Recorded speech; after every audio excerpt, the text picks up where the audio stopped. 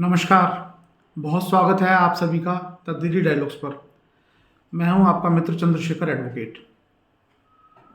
बहुत दिनों से कोई वीडियो नहीं बनाया, हालांकि बहुत सारे टॉपिक थे और बहुत लोगों की प्रतिक्रिया भी आई कि वीडियो नहीं बना रहे हैं। तो मैंने सोचा किस पे वीडियो बनाया जाए। टॉपिक बहुत सारे हैं। कोई कहता है धर्मांतरण पे बनाओ, कोई कहता है लव जिहाद पे बनाओ, कोई कहता है ज़मीन जिहाद पे बनाओ, कोई कहता है भ्रष्टाचार के ऊपर, फूड एडल्ट्रेशन के ऊपर, जनसंख्या के ऊपर और कानूनों के ऊपर। बहुत सारी चीज़ें हैं।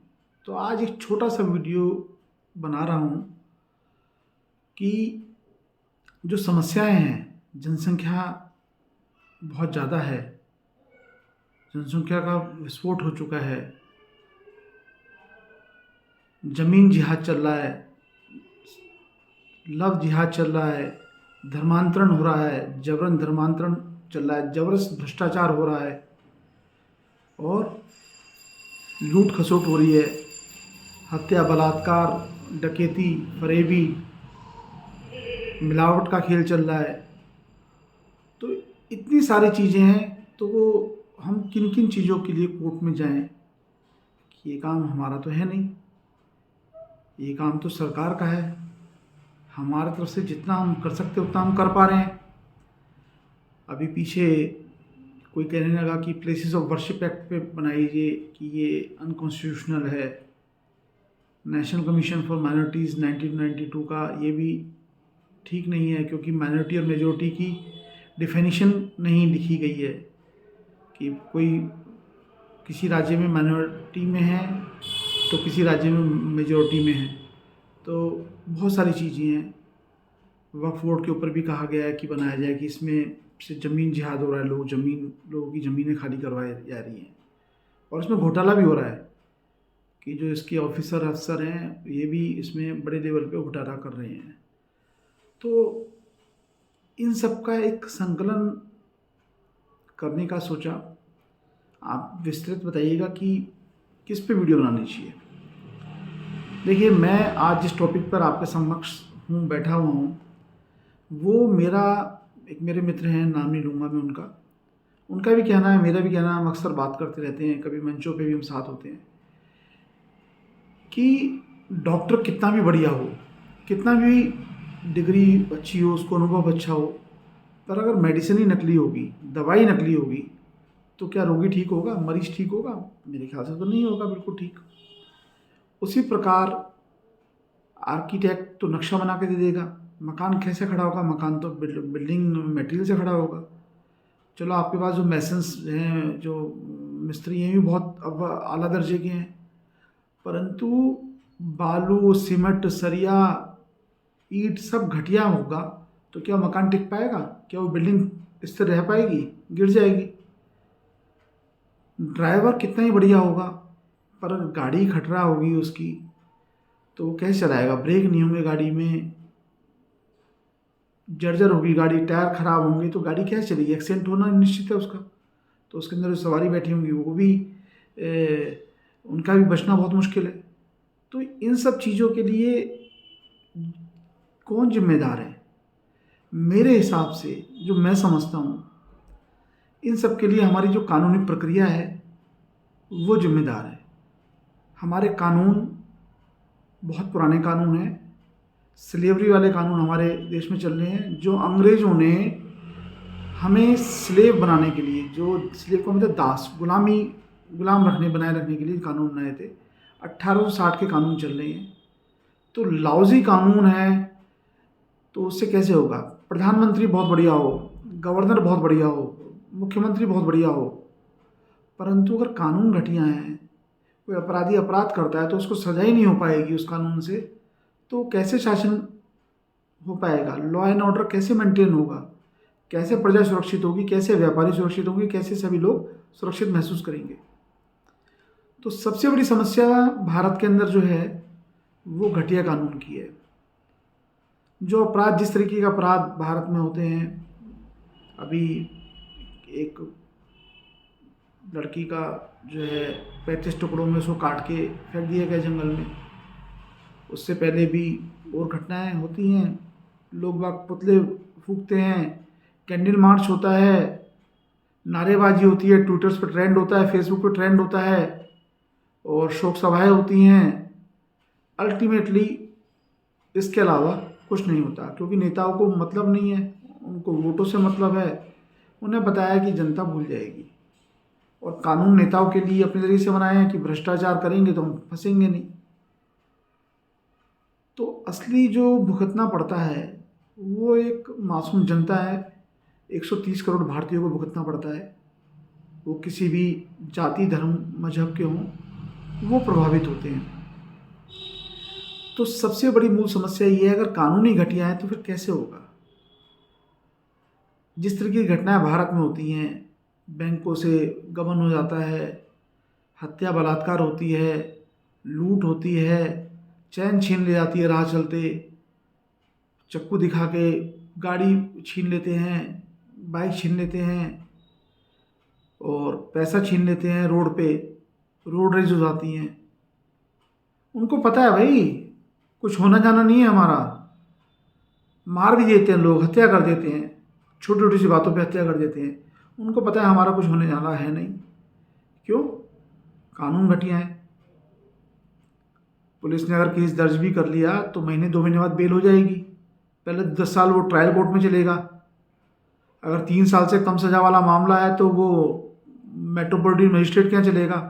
फिर उसकी अगर सज़ा हो भी गई तो उसकी अपील सेशन में आएगी, सेशन में भी 4-5 साल चलेगी। फिर सेशन से फिर हाई कोर्ट में, अगर सेशन में भी कन्विक्ट कर दिया तो हाई कोर्ट में आएगा, हाई कोर्ट में भी 5 से 10 साल चलेगा। फिर उसके बाद सुप्रीम कोर्ट में भी आएगा, सुप्रीम कोर्ट में भी 2 से 3 साल चलेगा। मान लो कठोर सज़ा भी हो गई, मतलब सेंटेंस ऐसा हो गया, लाइफ टर्म जैसा सेंटेंस हो गया, तो फिर उसमें रिव्यू पिटीशन, फिर क्यूरेटिव पिटीशंस, फिर मर्सी पिटीशंस। तो इस प्रक्रिया में 20 से 25 साल निकल जाने हैं। इस बीच आदमी बाहर भी रहेगा, उसको किसी ना किसी बहाने बेल भी मिलेगी, किसी न किसी कार्य से बेल भी मिलेगी। उसको पता है मेरा कुछ होना नहीं है, और वकील, बड़े बड़े पैसे वाले वकील जो बहुत फीस लेते हैं वो खड़े हो जाएंगे। तो उसको पता है मेरा का इसमें कुछ बिगड़ना है नहीं। तो कानून का सम्मान नहीं है, कानून का खौफ नहीं है। अमेरिका में हत्या की, अभी किसी मर्डर हुआ, उसमें उसको 95 लाइफ टर्म, मतलब 95 उम्र कैद की सज़ा दी गई, और साथ में जो जेल की सज़ा दी गई ना साथ में, आप यकीन नहीं मानेंगे, 1000 वर्ष से ऊपर को उसको जेल की सज़ा दे दी गई। सिंपल सा मिलावट करने के जुर्म में वहाँ 60 से 80 साल की सज़ा है, और जो जुर्माना है उतना तगड़ा है कि अपनी प्रॉपर्टी बेच के करे या कैसे करे, अगर नहीं करेगा तो उसकी प्रॉपर्टी सीज हो जाएगी। भ्रष्टाचार कोई करता है तो उसके लिए भी 100 से 150 साल की मिनिमम सजा है। तो ऐसा नहीं है वहाँ पे अपराध नहीं होते, वहाँ पे अपराध होते हैं, पर वहाँ अपराध कम होते हैं। भारत की तुलना में वहाँ अपराध बहुत कम होते हैं, सज़ा बहुत ज़्यादा है। और वहाँ कुछ देश तो ऐसे भी हैं, ऑस्ट्रेलिया जैसे देश हुए, वहाँ अगर पुलिस केस रजिस्टर करती है तो एडवोकेट जो केवल आर्ग्यूमेंट्स में लीनियंट व्यू के लिए अपील करते हैं कि इसको कम से कम सज़ा दी जाए। उन्हें पता है कन्विक्शन तो होना है इसको। पर हमारे यहाँ तो कोई थाना, कोई तहसील, कोई मतलब लेखपाल से लेके एसएचओ से लेके कलेक्टर से लेके सब जगह भ्रष्टाचार फैला हुआ है। इसी प्रकार हर महकमे में भ्रष्टाचार है। भ्रष्टाचार है तभी तो बाहर से जो घुसपैठिए आते हैं, जिससे इन्फिल्ट्रेशन कहते हैं। बांग्लादेशी रोहिंग्या यहाँ पे कम से कम 5 करोड़ हैं, जो यहाँ के लोगों का 5 से 8 करोड़ हैं जो यहाँ के लोगों का हक मार रहे हैं। क्यों? 2 से 3 हज़ार रुपये में उनका आधार कार्ड बन जाता है, 1000 रुपये में अगले में वोटर कार्ड बन जाएगा, ड्राइविंग लाइसेंस बन जाएगा, बैंक का खाता, पैन कार्ड खुल जाएगा। तो 6-7 हज़ार रुपये में वो सब अपना काम करवा लेते हैं। करने वाले कौन है भाई? करने वाले तो यहीं के लोग हैं, स्थानीय लोग हैं और सरकारी लोग हैं। तो वो अपने लाभ के लिए सब कर रहे हैं, भ्रष्टाचार के लिए सब कर रहे हैं। तो भाई इन सब चीज़ों का क्या होना चाहिए? सबसे पहले समान शिक्षा होनी चाहिए पूरे देश में। और जो अंग्रेज़ों के बनाए हुए कानून हैं, आईपीसी है, उसको दोबारा लिखने की आवश्यकता है। 1860 की आईपीसी लिखी हुई है, उसमें कठोर प्रावधानों के साथ उसको दोबारा लिखने की आवश्यकता है जल्द से जल्द। मैंने आज समस्या बताई, समस्या तो और भी बहुत हैं। इन्फिल्ट्रेशन भी बता दिया, धर्मांतरण भी बता दिया, जमीन जिहाद, लव जिहाद, जनसंख्या, बलात्कार, हिंसा, रोड रेज, हत्या, गबन, चोरी, डकैती, इतनी सारी मैंने आपको समस्या बताई। इन सब का क्या है, अभी जैसे कुछ एक्ट बताया मैंने, प्लेसेस ऑफ पूजा स्थल अधिनियम, वक्फ बोर्ड अधिनियम, नेशनल कमीशन फॉर माइनॉरिटी, इन सबको रीराइट करने की आवश्यकता है। अगर कोई विवादित नहीं है तो उसको समदृष्टि से बनाया जाए। किसी भी तरीके से किसी भी एक्ट में तुष्टीकरण नहीं होना चाहिए, किसी अधिनियम में तुष्टीकरण नहीं होना चाहिए। और इन सबको कैसे दूर किया जा सकता है? इन सबको बहुत आसान है कि इतने रिटायर्ड जज हैं हमारे पास, इतने आईएएस ऑफिसर रिटायर्ड हैं, इतने हमारे पास प्रोफेसर्स हैं, इतने हमारे पास बढ़िया बढ़िया एडवोकेट्स हैं, इतने ज़्यादा हमारे पास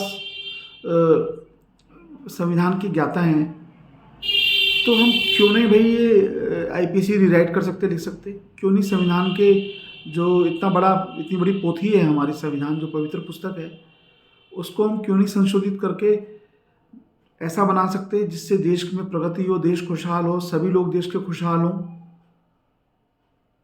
देश का विकास हो, देश के लोग मुफ्तखोरी से बचें, कर्मठ बने, अवसर ज़्यादा मिले लोगों को, व्यवसाय के, नौकरी के, जीवन अर्जन के लिए उनको ज़्यादा से ज़्यादा अवसर मिले। तो ऐसा बनाया जा सकता है, कोई बड़ा काम नहीं है। अगर ये हो जाता है तो आप देखेंगे, मैं ये नहीं कह रहा कि अपराध कम हो जाएंगे, अपराध बंद हो जाएंगे, अपराध कम जरूर हो जाएंगे। अगर अभी 100% है तो वो 20% रह जाएंगे, तो 80% अपराध भी कम हो गए, तो एक भय मुक्त वातावरण मिलेगा पूरे देश में और उससे पूरे देश को लाभ होगा। सख्त कानूनों की आवश्यकता है। चाइना में क्यों नहीं ऐसे दंगे आते हैं? हमारे यहाँ रोड घेर लेते हैं किसी भी घटना पे। अब पीछे किसी को जाना हो कहीं, पता चला जी 4 किलोमीटर लंबा जाम है, वहाँ रोड के ऊपर जाम लगा हुआ है, कोई कानून ही नहीं है ना भाई। अभी आपने देखा होगा फार्म लॉ के ऊपर पूरे 1 साल तक रोड घेरा रखा, हाईवे सारे चौक कर दिए थे। किसका नुकसान हुआ? आम जनता का नुकसान हुआ, व्यापारियों का नुकसान हुआ, देश का नुकसान हुआ। और फार्म लॉ से जो फ़ायदा किसानों को होना था, वो फार्म लॉ से फ़ायदा हुआ नहीं भाई। जो बिजनेसमैन हैं, जो नेतागिरी जिनको करनी है, जिनको दलाली खानी है बिजनेसमैनों से, वो लोग ऐसे में बाजी खेलते हैं और उन्होंने खेली भी। अल्टीमेटली फार्म लॉ रिपील हो गए। परंतु ऐसे कैसे, कब तक काम चलेगा? देश के अंदर समान नागरिक संहिता आएगी तो सबको मैरिज की एज समान होगी सबके लिए, डाइवोर्स की प्रक्रिया सबकी एक जैसी होगी, मेंटेनेंस की प्रक्रिया सबकी एक जैसी होगी जो गुजारा भत्ता होता है, और एडॉप्शन की प्रक्रिया एक जैसी होगी, और सक्सेशन की प्रक्रिया सबकी एक जैसी होगी, प्रॉपर्टी में जो हिस्सा मिलता है उसकी प्रक्रिया सबकी एक जैसी होगी, समान शिक्षा होगी पूरे देश भर में, तो सब एक जैसा पढ़ेंगे, एक नई सोच के साथ आगे बढ़ेंगे। समान टैक्स होगा, पुलिस एक्ट सब पूरे देश में एक जैसा होगा, जुडिशल रिफॉर्म्स होंगे और प्रशासनिक जो रिफॉर्म्स होंगे, एक्ट बने, तो उससे सबको फ़ायदा होने वाला है अल्टीमेटली। और पूरे देश के अंदर एक आईपीसी की आवश्यकता है जिसको बदला जाना चाहिए, जो अभी चल रही है वर्तमान में उसको बदला जाना चाहिए। तब जाके जितनी समस्या मैंने गिनाई हैं, इन सब में काफ़ी हद तक नियंत्रण कर सकते हैं चीज़ों को। केवल मात्र नेग्लिजिबल रह जाएंगी, क्योंकि कुछ अपराधी किस्म के लोग या कुछ लोग तो होते ही हैं, वो आदिकाल से होते हैं, तो उनको सज़ा मिलेगी। फिर एक अभी जो छोटा से छोटा बालक भी या छोटा सा आदमी भी बड़ा अपराध करने की ठान लेता है, वो उससे बचेगा। कुछ देश तो ऐसे हैं कि वहाँ जीरो क्राइम है। क्यों? वहाँ पे जो अपराध करता है केवल उसको सज़ा नहीं मिलती, उससे ऊपर वाली पीढ़ी को और उससे जो आने वाली पीढ़ी है उसको भी सज़ा देते हैं सेम। तो हम कोई करता ही नहीं, हिम्मत ही नहीं है किसी की। तो ये एक छोटी सी या बड़ी सी जो भी आपके यहाँ वीडियो, ये वो वीडियो मैंने बनाई है। अब इतने सारे टॉपिक थे, इन घुसपैठ, भ्रष्टाचार, धर्मांतरण, लव जिहाद, ज़मीन जिहाद, जनसंख्या, मिलावटखोरी और बहुत सारे अन्य टॉपिक हैं। Places of worship act, Waqf board act या एनसीएम या फिर एफसीआरए 2010 का जो एक्ट है, जिसमें क्या है, बाहर से पैसा आता है और यहाँ देश विरोधी गतिविधियों के लिए खर्च होता है वो। इन सारे मैंने आपको नाम गिना दिए। आप जिस पे कहेंगे उस पर मैं विस्तृत वीडियो बनाऊंगा विद फैक्ट के साथ। अगर आपको मेरी वीडियो पसंद आई है तो इसको ज़्यादा से ज़्यादा शेयर कीजिए, ज़्यादा से ज़्यादा लाइक कीजिए। और अभी तक आपने मेरे चैनल को सब्सक्राइब नहीं किया तो चैनल को सब्सक्राइब जरूर कर लीजिएगा। बेल आइकन को दबाना ना भूलिएगा, जिससे मेरे आने वाली वीडियो की नोटिफिकेशन आपको मिलती रहे। और ज़रूर बताइए, कमेंट्स कीजिएगा कि किस टॉपिक पे वीडियो बनाया जाए। नमस्कार।